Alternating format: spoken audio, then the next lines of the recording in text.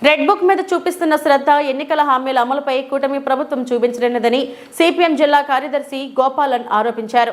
అర్హులైన పేదలకు ఇళ్ల స్థలాలు, టిట్కో ఇళ్లు, కాలనీల మౌలిక సదుపాయాలు కల్పించాలంటూ విజయవాడ నుంచి 5 రోజుల క్రితం సిపిఎం ప్రారంభించిన ప్రజా చైతన్య సైకిల్ యాత్ర ఆదివారం నర్సాపురం పట్టణంలోని అంబేద్కర్ సెంటర్కు చేరుకుంది. అక్కడి నుంచి సిపిఎం జిల్లా కార్యదర్శి గోపాలం ఆధ్వర్యంలో యాత్ర పశ్చిమలో మొదలైంది. ఈ సందర్భంగా అంబేద్కర్ సెంటర్లో గోపాల్ మాట్లాడుతూ ప్రభుత్వం అధికారంలోకి వచ్చి 9 నెలలు గడుస్తున్నా ఎన్నికలు ఇచ్చిన ఒక్క హామీని కూడా పూర్తి స్థాయిలో అమలు చేయలేకపోయిందని మండిపడ్డారు. ప్రజలను చైతన్యపరిచినందుకు సిపిఎం యాత్ర చేపట్టిందని, అన్ని ప్రాంతాలలో ప్రజల నుంచి యాత్రకు మంచి ఆదరణ వస్తున్నట్లు ఆయన చెప్పారు.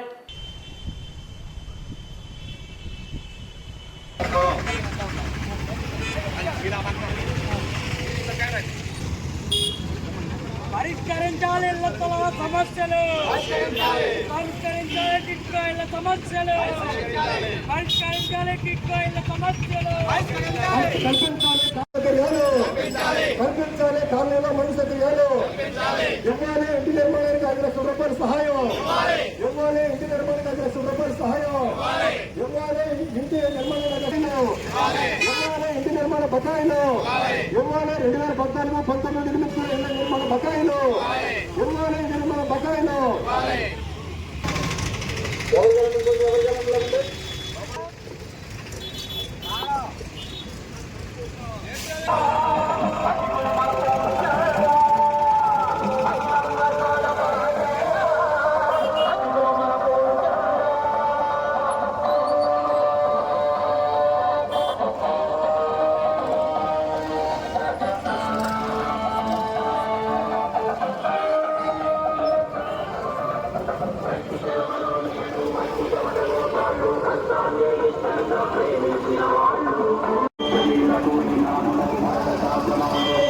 నర్సాపురం పట్టణం సోదరులారా, మరి సిపిఎం పార్టీ ఆధ్వర్యంలో 10 రోజుల పాటు సుదీర్ఘంగా సైకిల్ యాత్ర నిర్వహిస్తా ఉన్నాం.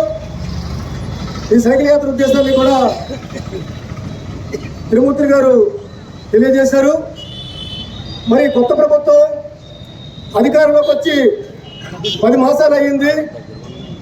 ఈ 10 మాసాల కాలంలో ఈ కూటమి ప్రభుత్వానికి రెడ్ బుక్ మీద ఉన్న శ్రద్ధ, వాళ్ళ ఎన్నికల సందర్భంగా ప్రకటించినటువంటి మేనిఫెస్టో మీద వారికి ఆ శ్రద్ధ లేదు. కాబట్టి ఈ 10 మాసాల కాలంలో ఇచ్చిన వాగ్దానాలని మర్చిపోయిన సందర్భంలో మొన్న ఫిబ్రవరి 8వ తారీఖున ప్రవేశపెట్టిన బడ్జెట్లో కూడా ఎక్కడా కూడా ఇచ్చిన వాగ్దానాల్లో నిధులు కేటాయించడం కానీ లేని సందర్భం కూడా ఉంది. సందర్భంగా ప్రభుత్వం దృష్టికి మేము తీసుకెళ్లేది, ఏదైతే ప్రభుత్వం కాలనీలు ఏర్పాటు చేసిందో, గతంలో జగన్ అన్నారు, ఇప్పుడేమో ఎన్టీఆర్ అన్నారు. సరే, మీరు ఏ పేరు పెట్టుకున్నా ప్రజలకు అభ్యంతరం కాదు, కానీ ప్రజలకు మాత్రం సౌకర్యాల్ని మెరుగుపరచాల్సిన అవసరం ఉంది, దానికి నిధులు కేటాయించాల్సిన అవసరం ఉందని చెప్పేసి ఈ సందర్భంగా మేము డిమాండ్ చేస్తా ఉన్నాం. అంతేకాదు, ఇవాళ సిమెంట్ కానీ, ఇటుక కానీ, ఐరన్ కానీ, ఇంటి నిర్మాణ ఖర్చులు విపరీతంగా పెరిగిపోయి ఇవాళ ఇల్లు కట్టుకోవాలంటే ఎంత పేదవాడైనా కనీసం 8 నుంచి 10 లక్షల రూపాయలు దాకా లేకపోతే కనీసంగా ఇల్లు నిర్మాణం కావట్లేదు. 10 లక్షలు అవుతా ఉంది. కానీ ఇవాళ ప్రభుత్వం ఎంత ఇస్తా ఉంది? 1,85,000 రూపాయలు ఇస్తా ఉంది. అంటే ప్రభుత్వం ఇస్తుందని చెప్పేసి, నాడా ఉందని చెప్పేసి గుర్రం తీసుకుంటే ఏ రకమైనటువంటి ఇబ్బంది ఉంటుందో అదే రకంగా ఈ గృహ నిర్మాణంలో దిగుతూ ఉంటే ప్రజలందరూ కూడా ఇవాళ అప్పుల్లో కూరుకుపోయి వడ్డీలు కట్టలేక మళ్ళీ అదే ఇల్లుని వడ్డీలు అప్పు తెచ్చుతో ఇచ్చేయాల్సిన పరిస్థితి కూడా మనకి కనబడుతూ ఉంది. అందుకే ఇవాళ సైకిల్ యాత్ర బృందం తరఫున, సిపిఎం పార్టీ తరఫున 5 లక్షల రూపాయలు ఇవాళ ప్రభుత్వ సహాయం ఇంటి నిర్మాణం చేయాలని చెప్పేసి కూడా మేము డిమాండ్ చేస్తా ఉన్నాం. అంతేకాదు, ఇవాళ ఈ జిల్లాలో 25,850 మందికి 2014-19 టైంలో, గత తెలుగుదేశం ప్రభుత్వం టైంలో ఇళ్లు నిర్మించుకుంటే ఇప్పటికీ కూడా వాళ్ళకి మన ఇంటి బకాయిలు విడుదల చేయలేదు. కొంతమంది 1,00,000 రూపాయలు రావాల్సి ఉంది, కొంతమందికి 85,000 రూపాయలు రావాల్సి ఉంది, కొంతమందికి 20,000 పడి మిగిలిన బ్యాలెన్స్ రావాల్సి ఉంది.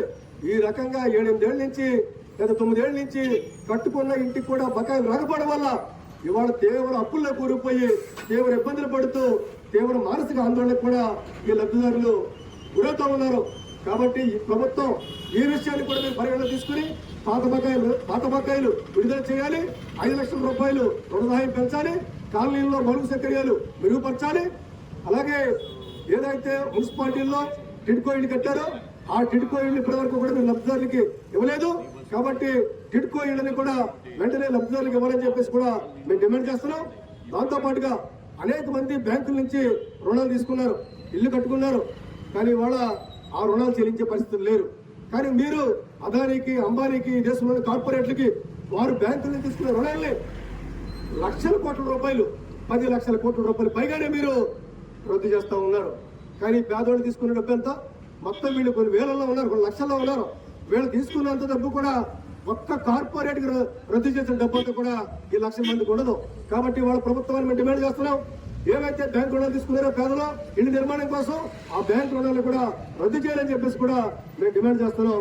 వీటన్నిటి కోసం కూడా మార్చి 17వ తారీఖున సోమవారం నాడు జిల్లా కలెక్టర్ ఆఫీస్ దగ్గర ధర్నా జరుగుతూ ఉంది. ఈ ధర్నా కార్యక్రమానికి ప్రధానికు అందరూ కూడా లబ్ధిదారులు, ప్రధానికు అందరూ కూడా పెద్ద ఎత్తున పాల్గొవాలి.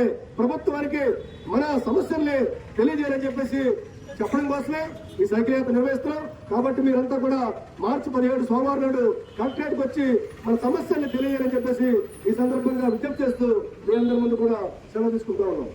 నరసాపురం పట్టణంలో సొంత ఇల్లు లేక అనేక సంవత్సరాల నుంచి అద్దె గృహాలలో అద్దెలు చెల్లిస్తూ అనేక ఆర్థిక ఇబ్బందులు పడుతున్న పేదలకు ప్రభుత్వం తక్షణం ఇళ్ల స్థలాలు ఇచ్చి ఇల్లు నిర్మించేవాలని కోరుతున్నాం.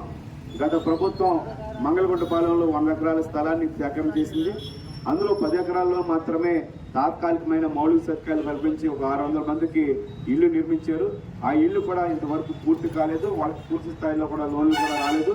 అక్కడ వాళ్ళు కాపురాలు చేయాలంటే కనీస అవసరాలైన తాగునీరు, కరెంటు, రోడ్లు సదుపాయాలు ప్రభుత్వం కల్పించలేదు. వాటిని వెంటనే కల్పించాలి. అదే పక్కనున్న 90 ఎకరాలు కూడా ఇంతవరకు పూర్తి చేయలేదు. అది పూర్తి స్థాయిలో పూర్తి చేసి మరి ఈ ప్రభుత్వం ఇచ్చిన హామీ ప్రకారం ఒక్కొక్కరికి 2 సెంట్లు ఇళ్ల స్థలాన్ని కేటాయించి ఇళ్ల నిర్మాణానికి 5 లక్షల రూపాయలు కేటాయించి